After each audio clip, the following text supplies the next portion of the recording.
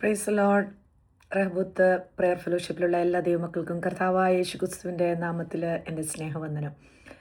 ദൈവമക്കളെ, ഇന്ന് പകൽക്കാലം നിങ്ങളുമായിട്ട് ഞാൻ ഷെയർ ചെയ്യുവാൻ ആഗ്രഹിക്കുന്ന എൻ്റെ ചിന്താവിഷയം പ്രാർത്ഥനയാണ്. പ്രാർത്ഥനയും പ്രാർത്ഥനയിൽ നിന്നുണ്ടാകുന്ന അനുഗ്രഹങ്ങൾ.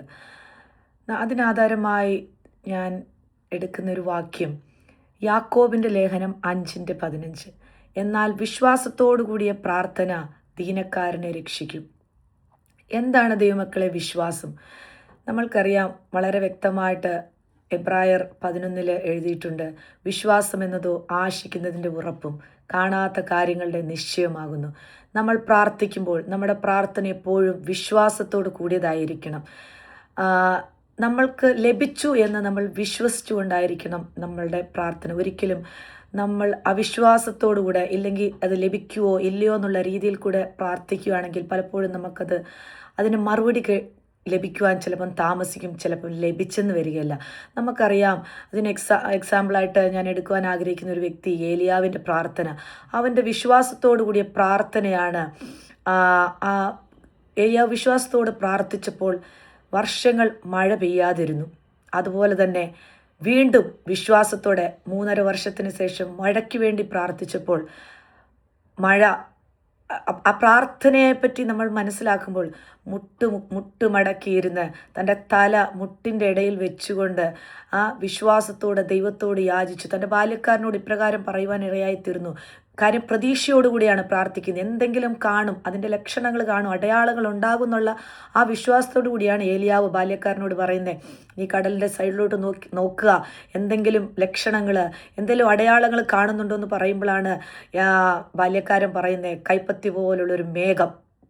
എങ്കിൽ കണ്ടതൊരു കൈപ്പത്തി പോലെയുള്ളൊരു മേഘമാണെങ്കിലും പെയ്തതൊരു വലിയ മഴയായിരുന്നു.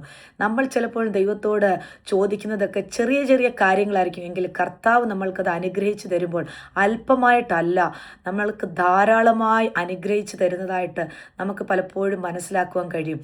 അതുപോലെ പല രീതിയിലുള്ള പ്രാർത്ഥനയെപ്പറ്റി ദൈവവചനം നമ്മളെ കൃത്യമായിട്ട് പഠിപ്പിക്കുന്നു. യൂണിറ്റി, ഐക്യതയോടെയുള്ള പ്രാർത്ഥന. നമുക്കറിയാം ദൈവമക്കളെ, അപ്പോസ്തലപ്രവൃത്തി 4:24 നമ്മൾ വായിക്കുമ്പോൾ സഭ ചില പ്രതിസന്ധികളിൽ കൂടെ, ചില പീഡനങ്ങളിൽ കൂടെ ഒക്കെ കടന്നുപോയ സമയത്ത് ദൈവസഭയുടെയും ദൈവജനത്തിൻ്റെയും ഐക്യതയോടുകൂടെയുള്ള പ്രാർത്ഥന വലിയ അത്ഭുതങ്ങളുടെ മറുപടികൾക്ക് കാരണമായി തീരുവാനിടയായി തീർന്നു. നമ്മൾ ഐക്യമധ്യത്തോടെ 2 പേർ ഐക്യമധ്യപ്പെട്ട് എന്ത് യാചിച്ചാലും ദൈവത്തോട് ചോദിക്കുമ്പോൾ പിതാവ് പുത്രനിൽ പരിശുദ്ധാത്മാവ് മഹത്വപ്പെടേണ്ടതിന് കർത്താവ് നമ്മൾക്കത് ചെയ്തു തരുമെന്ന് വളരെ വ്യക്തമായി നമ്മളെ ദൈവവചനം പഠിപ്പിക്കുന്നുണ്ട്. അങ്ങനെയാണെങ്കിൽ എന്തിനാണ് നമ്മൾ വ്യാകുലപ്പെടുന്നത്? എപ്പോഴും നമ്മുടെ പ്രാർത്ഥനയിൽ നമ്മൾ ഐക്യതയോടെ, ദൈവസഭയിലാണെങ്കിലും ഏത് സമയത്തും നമുക്ക് എന്തെങ്കിലും ഒരു വ്യക്തിക്കൊരു ഭാരങ്ങളുണ്ടാവട്ടെ, ഒരു പ്രയാസങ്ങളുണ്ടാവട്ടെ, ഇല്ലെങ്കിൽ ഒരു രോഗങ്ങൾ, കഷ്ടങ്ങൾ, ഒരു കുടുംബത്തിൽ എന്തെങ്കിലും ഒരു ബുദ്ധിമുട്ടുകൾ ഉണ്ടാവട്ടെ, സഭയുടെ ഐക്യമധ്യപ്പെട്ട ആ ഒരു പ്രാർത്ഥന എപ്പോഴും വലിയ പ്രതിഫലങ്ങളും വലിയ അത്ഭുതങ്ങളും നമ്മുടെ ജീവിതത്തിൽ അനുഭവപ്പെടുവാനും നമ്മൾക്ക് ലഭിക്കുവാനും അനുഭവിപ്പാനിടയായിത്തീരും. ഫിലിപ്പിയർ 4-ാം അധ്യായം അതിൻ്റെ 6-ാം വാക്യത്തിൽ അപേക്ഷയോടുകൂടെയുള്ള പ്രാർത്ഥനയെപ്പറ്റി നമ്മൾക്ക് കാണുവാൻ സാധിക്കും. അതിൻ്റെ അകത്ത് എന്താണ് നമ്മളെ പഠിപ്പിക്കുന്നത്? ഒന്നിനെക്കുറിച്ച് നീ വിചാരപ്പെടേണ്ട, സകലതും നിങ്ങളുടെ സകല ആവശ്യങ്ങളെയും സ്തോത്രത്തോടെ ദൈവത്തോട് അപേക്ഷയാലും സ്തോത്രത്തോടും ദൈവത്തോട് അറിയിക്കുകയത്രേ വേണ്ടത്. അപ്പോൾ അങ്ങനെ നമ്മൾ ചെയ്യുമ്പോൾ ദൈവം അസാധ്യങ്ങളെ നമ്മൾക്ക് സാധ്യമാക്കി തരും. സകല ബുദ്ധിയെയും കവിയുന്ന ദൈവിക സമാധാനം കൊണ്ട് നമ്മളെ നിറയ്ക്കും. നമ്മുടെ ആവശ്യങ്ങൾക്കൊക്കെയും നമ്മൾക്ക് ഉത്തരം നൽകി തരും. ആകയാൽ ഒരിക്കലും നമ്മൾ പലതിനെപ്പറ്റി നമ്മൾക്കറിയാം, ഈ പറയുന്ന ഞാനാണെങ്കിൽ പോലും ഇപ്പം നമ്മളിങ്ങനെ പറയുമ്പോൾ ചില സാഹചര്യങ്ങൾ, നമ്മളെല്ലാവരും ഹ്യൂമൻ ബീങ്സ് ആണ്, ചില പ്രതിസന്ധികൾ, ചില സാഹചര്യങ്ങളൊക്കെ നമ്മൾ കലങ്ങിപ്പോകും, നമ്മൾ തകർന്നു പോകും. ആ സമയത്ത് നമ്മൾ പലതും നമ്മൾ ചാഞ്ചാലപ്പെടും. ആ സമയത്തൊക്കെയും കർത്താവ് നമ്മളെ ധൈര്യപ്പെടുത്തുന്ന ഒന്നിനെ ചൊല്ലി നീ വിചാരപ്പെടേണ്ട, സകലതും സ്തോത്രത്തോടെ കർത്താവിനോട് അപേക്ഷയാലും അപ്പൻ്റെ പാദപീഠത്തിൽ കടന്നു വന്ന് പ്രാർത്ഥിക്കുവാനാണ് ദൈവമക്കളെ നമ്മളെ ദൈവം പഠിപ്പിക്കുന്നത്. ആകയാൽ നമ്മൾ പ്രാർത്ഥിക്കുമ്പോൾ നമുക്ക് സമാധാനം ദൈവം തരും, മറുപടികളെ നമ്മൾക്ക് നൽകി തരും. നമ്മുടെ ഓരോ വിഷയങ്ങളും ദൈവം നമ്മളെ ആശ്വസിക്കും. പലപ്പോഴും നമ്മൾ പ്രാർത്ഥിക്കാനിരിക്കുമ്പോൾ നമ്മൾ പ്രാർത്ഥിച്ചിരുന്നിട്ട് ആമേൻ പറയുമ്പോൾ തന്നെ നമുക്ക് മറുപടി ലഭിക്കണമെന്നായിരിക്കും നമ്മൾ ആഗ്രഹിക്കുന്നത്. പക്ഷേ കർത്താവിനൊരു സമയമുണ്ട്.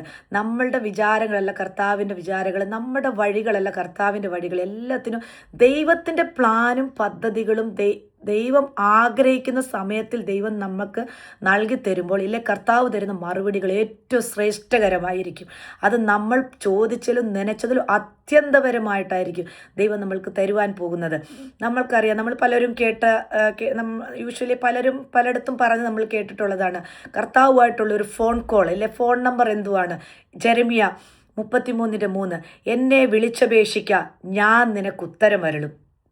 അപ്പോൾ കർത്താവ് നമ്മളോട് പറയുന്ന എന്തുവാണ്? നമ്മളെ ധൈര്യപ്പെടുത്തുന്നത്, നിങ്ങൾക്ക് എന്ത് ആവശ്യങ്ങളുണ്ടെങ്കിലും എന്ത് ഭാരങ്ങളും പ്രയാസങ്ങളും ഈ ലോകത്തിൽ ഈ മരുഭൂമിയിൽ നീ കടന്നു പോകുമ്പോൾ ഉണ്ടെങ്കിൽ എന്നെ വിളിച്ചപേക്ഷിക്കാനാണ് കർത്താവ് പറയുന്നത്. അപ്പോൾ ദൈവം ആ ഒരു ഫോൺ നമ്പറാണ്, ഫോർ എക്സാമ്പിൾ ഞാൻ പറയുവാണെങ്കിൽ അങ്ങനെ ഒരു കോൺടാക്റ്റ് നമ്പറാണ് ആ വാക്യത്തിൽ നമുക്ക് തരുന്നത്.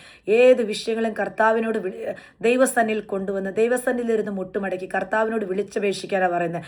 നമ്മൾ വചനത്തിൽ നമുക്ക് മനസ്സിലാക്കും, ഇസ്രായേൽ മക്കൾ അവരുടെ ആ മരുഭൂമി യാത്രയിൽ അവർക്ക് വെള്ളമില്ലാതെ അവരലയുന്ന ആ സമയത്ത് അവർ ദൈവത്തോട് നിലവിളിക്കുകയാണ്, ദൈവത്തോട് വിളിച്ചപേക്ഷിക്കുകയാണ് അല്ലേ. അപ്പം മോശയുടെ കർത്താവ് പറയുകയാണ്, ആ തീക്കപ്പാറയെ നീ അടിക്കാൻ. അപ്പം ആ ജനങ്ങൾ വിളിച്ചപേക്ഷിച്ചപ്പോൾ ആ പാറയെ അടിക്കുവാൻ പറഞ്ഞപ്പോൾ അവർ ഒരു ചെറിയൊരു വടിയും കൊണ്ട് ആ പാറയെ അടിക്കുവാനാണ് പറഞ്ഞെങ്കിൽ ആ പാറയിൽ നിന്ന് പുറപ്പെട്ടതോ ഞാൻ നേരത്തെ സൂചിപ്പിച്ചതോ നമ്മൾ ചെറുതായിരിക്കും കർത്താവിനോട് ചോദിക്കുന്നു, വലിയൊരു ജലാശയം തന്നെയാണ് പുറപ്പെടുവാനിടയായി തീർന്നത്. അന്ന് ഒരു നേരത്തെ വെള്ളം കുടിച്ചവർക്ക് തൃപ്തിപ്പെടുവാനുള്ളതല്ല കർത്താവ് കൊടുത്തത്. അതുപോലെ ദൈവം നമ്മൾക്ക് തരുമ്പോൾ അല്പമായിട്ടല്ല, നമ്മളെ അധികമായി ശ്രേഷ്ഠമായി നടത്തുന്ന ദൈവമാണ്. കർത്താവ് പറയുന്ന ഓരോ വാക്യങ്ങളും വചനങ്ങളും എല്ലാം നമ്മൾ അതുപ്രകാരം അനുസരിച്ച് അതിൽ ആശ്രയിച്ച് അതിനെ മുറുകെ പിടിച്ചുകൊണ്ട് പോകുമ്പോൾ എല്ലാ വാതിലുകളും ദൈവം നമുക്ക് തുറന്നു തന്ന് നമ്മളെ മാനിച്ച് നമ്മളെ ഈ മരുഭൂമി യാത്രയിൽ ശ്രേഷ്ഠകരമായി നടത്തും. അതുപോലെ നമ്മുടെ പ്രാർത്ഥനകൾ എപ്പോഴും നന്ദിയോടുകൂടിയതായിരിക്കണം. എപ്പോഴും കർത്താവേ, നീ എനിക്ക് തന്നതിനായി സ്തോത്രം, എനിക്ക് ലഭിച്ചതിനായി സ്തോത്രം, ഞാൻ ചോദിക്കാത്ത എനിക്ക് പ്രതീക്ഷിക്കാത്ത ഐശ്വര്യം, ആ സമ്പത്തും ആരോഗ്യവും നന്മകളും എൻ്റെ കുടുംബത്തെ, എൻ്റെ ബിസിനസ്സിനെ, എൻ്റെ ജോലിയെ അതിശയകരമായി അത്ഭുതകരമായി കർത്താവെ അങ്ങ് നടത്തിയതിനായി നന്ദി. നമ്മൾക്കറിയാം, കർത്താവ് ലാസറിൻ്റെ കല്ലറയിൽ പോയി നിന്ന് പ്രാർത്ഥിച്ചത് എന്നതാണ്. കർത്താവ് ഇപ്രകാരമാണ് പ്രാർത്ഥിച്ചത്, എൻ്റെ അപേക്ഷ അങ്ങ് കേട്ടതിനാൽ നന്ദി, അങ്ങ് അങ്ങനെ തന്നെ ചെയ്തതിനായി നന്ദി.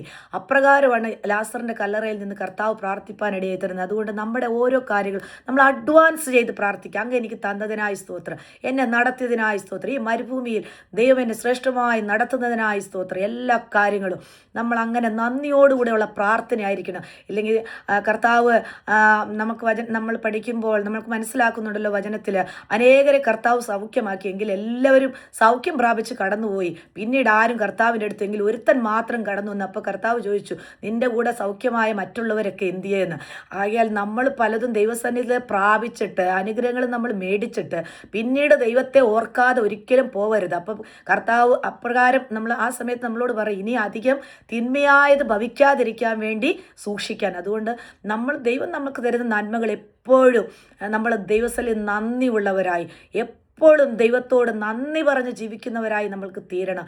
നമ്മുടെ പ്രാർത്ഥനയ്ക്കൊക്കെ കർത്താവ് റെസ്പോണ്ട് ചെയ്യണമെങ്കിൽ പ്രാർത്ഥനയോടും ആരാധനയോടും ഹാബേലിലും അവൻ്റെ യാഗത്തിലും ദൈവം പ്രസാദിച്ചു. നമ്മുടെ പ്രാർത്ഥനകളും നമ്മുടെ ആരാധനകളും നമ്മുടെ പാട്ടുകളൊക്കെ ദൈവത്തിന് പ്രസാദകരമായി തീരത്തക്ക രീതിയിൽ ഈ ദിവസങ്ങളായിത്തീരട്ടെ.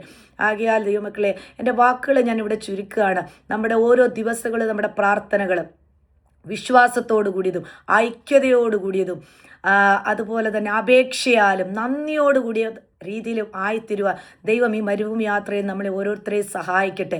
വീണ്ടും ഞാൻ നിങ്ങളെ ഓർപ്പിക്കുന്നു, നമ്മുടെ എല്ലാവരും നമ്മളെന്നും ഓർക്കുക, ഈ ലോകത്തിൽ ഈ ലോകം കൊണ്ട് നമ്മുടെ ജീവിതങ്ങൾ അവസാനിക്കുവാനുള്ളതല്ല. നമ്മൾക്കൊരു നിത്യതയുണ്ട്. നമ്മൾ അവിടെ എത്തിച്ചേരേണ്ടവരാണ്. യുഗായുഗമായി കർത്താവിനോട് കൂടെ ആ സന്തോഷം അനുഭവിക്കേണ്ടവരാണ്. അതെപ്പോഴും നമ്മുടെ മുൻപിൽ ഓർത്തിരിക്കുക. അതിനുവേണ്ടി നമ്മൾ ഒരുങ്ങി പാർത്ത് ജീവിക്കുക. ഈ വചനങ്ങളാൽ ദൈവം നമ്മളെ ഓരോരുത്തരെയും സഹായിക്കുമാറാകട്ടെ. ആമേൻ. God bless you.